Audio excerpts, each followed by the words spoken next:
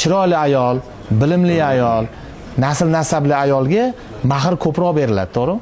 Baland bo'ladi, katta bo'ladi. Mana qaralaring, qo'yi zot-pot dedilaring. Endi ayollarni yaxshi o'qigan, oliy ma'lumotli, chiroyli, nasl nasabli bo'lsa, unga qalin puli ko'proq beriladi.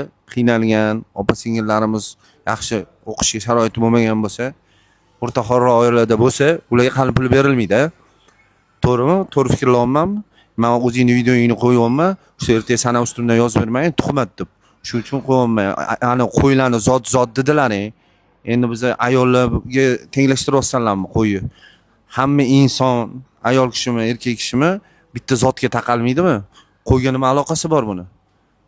Fikrlash doiralarini ozgina kengaytirmasalaring, erta bu kechda qo'yga bilmayman yana nima ishlar qilasanlar. Bizda ayollarni e'zozlaymiz, hurmat qilamiz.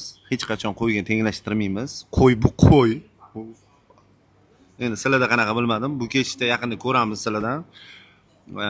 Hindistonda sigirlarga sig'inadi-ku, qo'ylarga. Bu kechda shu tempga olib borasanlar, sanlar. Bu kechda shunaqa qilasanlar. Sanlarni o'zi oldin ham o'zi bir o'zbeklarni itkinga yo'qdib chiqib keluvdilar. Endi ayollarni qo'yga, kambag'al boyga ajratib bilmadim. Endi kommentariyada yozib ketinglar. To'g'ri, noto'g'rini Alloh bilguchi. Mana shu o'zim auditoriyamman. Men ayollarni hammasini hurmat qilaman, seni yaxshi ko'raman. Umuman qo'yga aloqasi yo'q, lekin bularda aloqasi bor.